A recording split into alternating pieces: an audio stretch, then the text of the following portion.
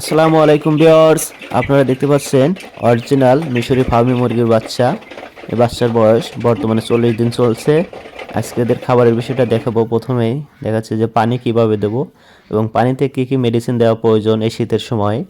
দেখতে পাচ্ছেন আমি একটা মাইক্রোনিট নিয়ে এসেছি। এটি মুরগির শরীর গরম রাখে, জীবাণু প্রতিরোধ করে এবং জ্বর বা ঠান্ডা লাগলে এটা কার্যকরী কাজ করে। দেখতে পাচ্ছেন এখানে 2 লিটার পানি আছে। 2 লিটার পানির মধ্যে 1 গ্রাম পরিমাণ মাইক্রোনিট আমি এখানে দিয়ে দেব ভালো করে।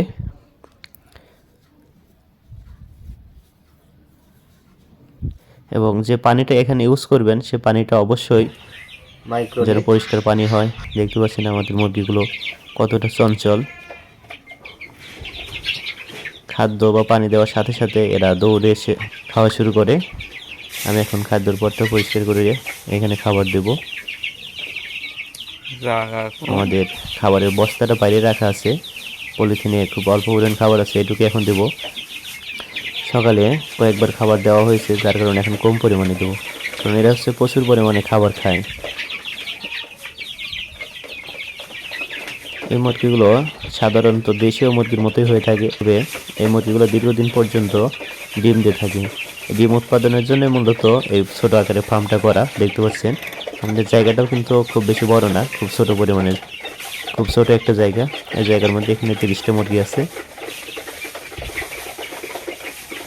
আমি খাবার দিয়ে দিচ্ছি। এটা হচ্ছে নারিশ কোম্পানির সোনালি স্টার্টার্স যে খাবারটা আছে, সেই খাবারটা দিয়েছি। দেখতে পাচ্ছেন খাবার দেওয়ার সাথে সাথে এটা খাওয়া শুরু করে দিয়েছে।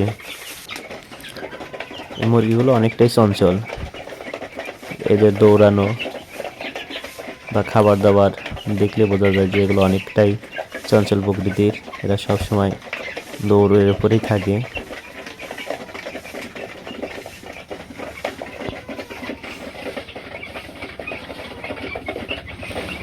দেখুন কত সুন্দর করে তারা খাবার খাচ্ছে।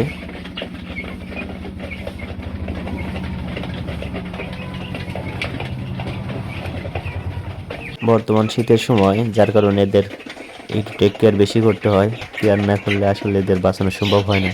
4টা করে ভ্যাকসিন কমপ্লিট করা আছে, তারপরেও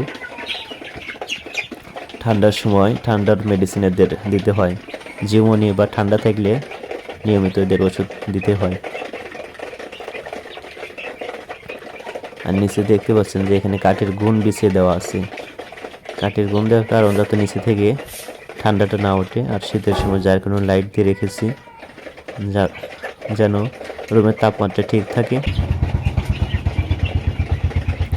আমাদের ভিডিওটা কেমন লাগলো, খামারটা কেমন লাগলো অবশ্যই কমেন্ট করে জানাবেন সবাই।